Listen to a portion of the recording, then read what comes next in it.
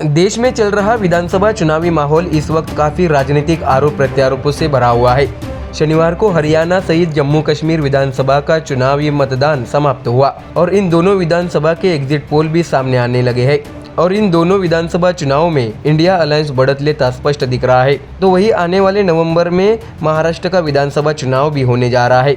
ऐसे में महाराष्ट्र की राजनीति इस वक्त काफी गर्माई हुई है। शिवसेना के दोनों गुट एक दूसरे पर आरोप प्रत्यारोप लगाकर चुनाव में अपनी झोली में ज्यादा से ज्यादा सीटें डालने का प्रयास करते दिख रहे हैं। आपको बता दें कि आगामी विधानसभा चुनाव में शिवसेना शिंदे गुट से उम्मीदवारी मिलने का कोई संभावना नहीं है। इसलिए शिंदे गुट के युवा सेना पदाधिकारियों के साथ साथ कई नगर सेवक उद्धव बालासाहेब ठाकरे की पार्टी में रविवार को शामिल होने जा रहे हैं। ऐसी विश्वसनीय जानकारी भी मिली है।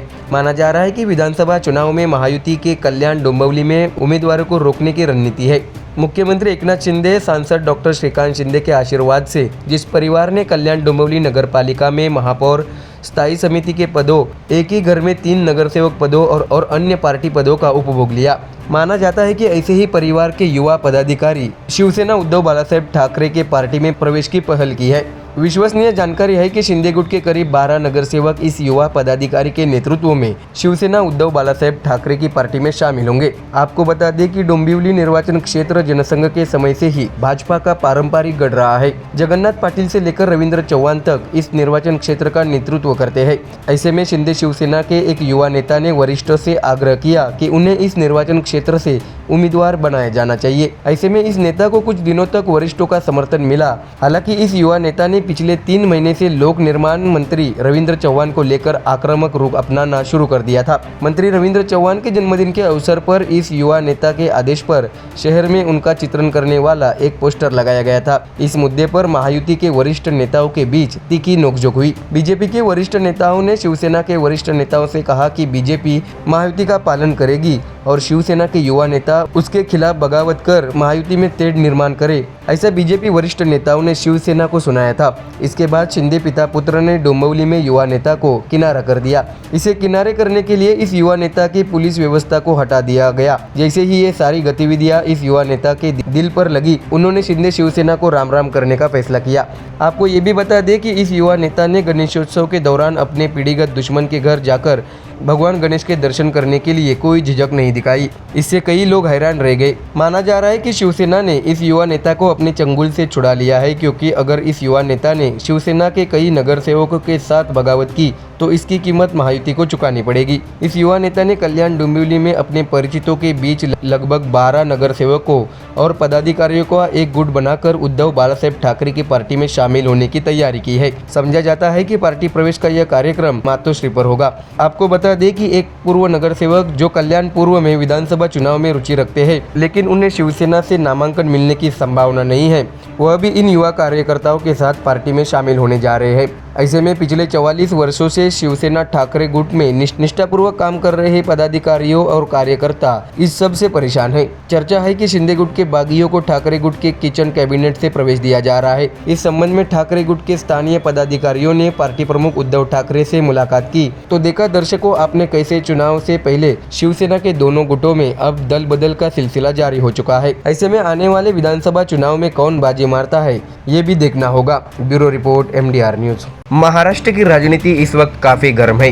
विधानसभा चुनाव से पहले महायुति में शामिल बीजेपी शिवसेना अब एक दूसरे पर निशाना साधते हुए नजर आ रहे हैं। दरअसल खबर है, पूर्व सांसद नवनीत राणा ने पूर्व विधायक अभिजीत अड़सुल की उम्मीदवारी पर विरोध जताते हुए कहा है कि दरियापुर विधानसभा क्षेत्र में बाहरी पार्सल जरूरी नहीं है, कमल की जरूरत है। इस संबंध में उनका वीडियो अब सोशल मीडिया पर वायरल भी हो रहा है। आपको बता दें कि शिवसेना के पूर्व विधायक अड़सुल दरियापुर से चुनाव लड़ने के इच्छुक है। 2014 के चुनाव में उन्होंने दरियापुर से जीत भी हासिल की थी, तो वही अगले चुनाव में वह हार गए। ऐसे में अब शिवसेना इस बात पर जोर दे रही है कि इस चुनाव में यह सीट शिवसेना को मिलनी चाहिए, लेकिन उनकी उम्मीदवारी का बीजेपी की ओर से विरोध होने लगा है। आपको बता दें कि दरियापुर में एक कार्यक्रम में नवनीत राणा ने अड़सुल पर सीधा निशाना साधते हुए बोला और उन्होंने यह स्पष्ट किया कि मेलघाट और दरियापुर में कमल के निशाने पर खड़ा उम्मीदवार को ही सीट मिलनी चाहिए। दरअसल इस कार्यक्रम का वीडियो वायरल होते ही अड़सुल के समर्थक अस्वस्थ नजर आने लगे हैं।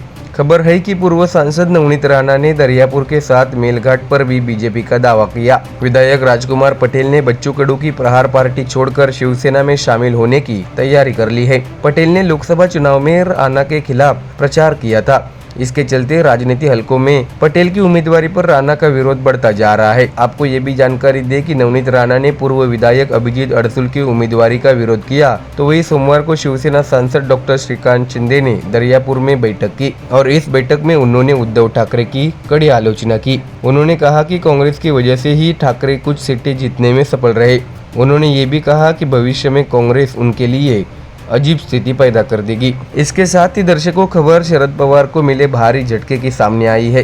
शरद पवार गुट से नाराज चल रहे पुणे जिला बैंक के निदेशक अप्पासाहेब जगदाले, पूर्व उपाध्यक्ष भरत शाह और प्रवीण माने ने प्रेस कॉन्फ्रेंस कर तीसरा विकल्प देने का संकेत दिया है कि 8 दिन पहले हम में से 6 लोगों ने एनसीपी के शरद पवार को आगामी इंदापुर विधानसभा के लिए नामांकित करने की मांग की, लेकिन हमें कोई निर्णय नहीं मिला। दूसरी ओर पूर्व मंत्री हर्षवर्धन पाटिल सोमवार को इंदापुर में पवार, जयंत पाटिल और श्रीमती सुप्रिया सुले की उपस्थिति में सार्वजनिक पार्टी में शामिल हुए और संकेत दिया कि हर्षवर्धन पाटिल वफादारों को पीछे छोड़ते हुए विधानसभा के लिए उम्मीदवार होंगे। 2014 में भी ऐसी ही मांग की गई थी। 2019 में शिवरत्न बंगले पर हुई चर्चा में अकलूज को शब्द दिया गया था, हम कब तक अन्याय सहेंगे, 10 तारीख तक इंतजार करेंगे, नहीं तो 11 तारीख को तालुका में मतदाताओं की बैठक कर जनता निर्णय को वोट देगी। तदनुसार हम एक तीसरा विकल्प बनाएंगे और आगामी विधानसभा में ताकत के साथ लड़ने के लिए दोनों मौजूदा और पूर्व विधायकों को चुनौती देंगे। ऐसा पुणे जिला बैंक के निदेशक अप्पासाहेब जगदाले ने सोनाई पैलेस मनसूबा इंदापुर में आयोजित एक संवाददाता सम्मेलन में बोलते हुए कहा है। तो देखा दर्शकों की विधानसभा चुनाव से पहले पवार को अब अपने ही नेता दल बदल पर निशाने पर ले रहे हैं। ऐसे में महाराष्ट्र की राजनीति में अपने ही गठबंधन में सीट बंटवारों पर घमासान मचा हुआ देखा जा रहा है। Bureau report MDR news. दर्शकों, हरियाणा राज्य में 5 अक्टूबर को एक ही चरण में 90 विधानसभा सीटों के लिए मतदान हुआ है और अब विधानसभा का नतीजा 8 अक्टूबर को आएगा। हालांकि उससे पहले शनिवार को एग्जिट पोल सामने आए हैं। आपको बता दें कि इस चुनाव में बीजेपी और कांग्रेस के बीच कड़ी टक्कर देखने को मिली। वही बीजेपी के कई नेता कांग्रेस में शामिल भी हो गए, इसलिए इस चुनाव पर पूरे देश का ध्यान था। ऐसे में अब इस चुनाव के एग्जिट पोल सामने आ गए हैं। तो आइए दर्शकों जानते हैं कि किस पार्टी को कितनी सीटें मिलने जा रही है। आपको बता दें कि न्यूज 24 चाणक्य के मुताबिक बीजेपी एनडीए को 18 से 24 सीटें, तो वही कांग्रेस इंडिया गठबंधन को 55 से 62 सीटें और अन्य को 2 से 5 सीटें मिलने जा रही है। इसके साथ ही रिपब्लिक टीवी पी मार्क के अनुसार बीजेपी एनडीए को 18 से 24 सीटें, कांग्रेस इंडिया अलायंस को 55 से 62 और अन्य को 2 से 5 सीटें हरियाणा विधानसभा में मिलती दिख रही है। आपको बता दें कि टाइम्स नाउ के मुताबिक हरियाणा विधानसभा चुनाव में बीजेपी एनडीए को 22 से 32 सीटें और कांग्रेस इंडिया अलायंस को 50 से 64 सीटें और अन्य को 2 से 8 सीटें मिलने जा रही है। इसके साथ ही इंडिया टीवी CNX के अनुसार बीजेपी एनडीए को 29 सीटें, कांग्रेस इंडिया अलायंस को 19 सीटें और अन्य को 6 सीटें मिलती दिख रही है। ऐसे में एग्जिट पोल से ये स्पष्ट होता दिख रहा है कि हरियाणा में सत्ता परिवर्तन होने जा रहा है। दर्शकों, आपको जानकारी देनी है कि किस एग्जिट पोल के मुताबिक किस पार्टी को कितनी सीटें मिली। पीमार्क के एग्जिट पोल के मुताबिक हरियाणा में कांग्रेस को 51 से 61 सीटें और भारतीय जनता पार्टी को 27 से 35 सीटें मिलने का अनुमान है। साथ ही पीपल्स पल्स के एग्जिट पोल के अनुसार कांग्रेस को 49 से 61 सीटों पर और बीजेपी को 20 से 32 सीटों पर बढ़त दिखाई गई है। साथ ही एनडीटीवी पोल के मुताबिक कांग्रेस को 55 और बीजेपी को 25 सीटें मिल सकती है। आपको ये भी बता दें कि इंडिया टीवी के पोल के मुताबिक कांग्रेस को 44 से 54 सीटें और बीजेपी को 19 से 29 सीटें मिलने की संभावना है। दर्शकों, आपको जानकारी दें कि हरियाणा विधानसभा के लिए मतदान के बाद शनिवार को एग्जिट पोल सामने आ गए हैं। विभिन्न एग्जिट पोल के आंकड़ों के मुताबिक हरियाणा में बीजेपी को झटका लगने की संभावना है, जबकि कांग्रेस 2014 और 2019 में सत्ता से दूर रही थी। हालांकि एग्जिट पोल के आंकड़ों के मुताबिक इस बार हरियाणा में कांग्रेस को ज़्यादा सीटें मिल रही है। दर्शकों, आपको ये जानना जरूरी है कि आखिर ये एग्जिट पोल क्या होते हैं। आपको बता दें कि चुनाव नतीजों की भविष्यवाणी करने के कई साधन हैं।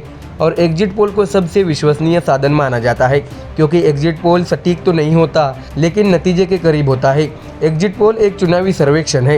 यह सर्वेक्षण मतदान अवधि के दौरान आयोजित किया जाता है। यह सर्वे अलग अलग संस्थाएं करती है। उस सर्वे के आधार पर किस पार्टी को कितनी सीटें मिलेगी यह अनुमानित किया जाता है। इसके साथ ही किस पार्टी के कितने उम्मीदवार जीतेंगे इसका अनुमान भी लगाया जाता है। आपको बता दें कि हरियाणा विधानसभा चुनाव 2024 के लिए वोटिंग अब खत्म हो गई है। राज्य के विधानसभा चुनाव के दौरान करीब 61% मतदान हुआ और ये मतदान 2014 के विधानसभा चुनावों के मुकाबले काफी कम है। दरअसल 2014 में हरियाणा विधानसभा में 68% से ज्यादा मतदान हुआ था। मतदान के दौरान सभी 90 विधानसभा सीटों पर एक ही चरण में वोट डाले गए थे। दरअसल हरियाणा विधानसभा चुनाव के लिए बीजेपी ने 90 में से 79 सीटों पर कैंडिडेट खड़े किए, तो वही कांग्रेस ने भी 79 सीटों पर उम्मीदवार उतारे। इसके साथ ही सीपीएम एक सीट पर चुनाव लड़ा, तो जेजेपी आजाद समाज पार्टी गठबंधन ने 78 सीटों पर उम्मीदवार उतारे। आपको बता दें कि इस चुनाव में बहुत सी पार्टियों का बहुत कुछ दांव पर लगा हुआ है। भाजपा से लेकर कांग्रेस, जजपा, आम आदमी पार्टी से लेकर इंडियन नेशनल लोकदल के लिए यह चुनाव बहुत ही महत्वपूर्ण हो गया है। तो देखा दर्शकों आपने कैसे हरियाणा विधानसभा चुनाव में इस बार वोटिंग के बाद जो एग्जिट पोल सामने आए हैं उसमें कांग्रेस बाजी मारती दिख रही है। ऐसे में नतीजों के बाद ये स्पष्ट हो जाएगा कि आखिर हरियाणा में सरकार किसकी बनेगी। Bureau report MDR news.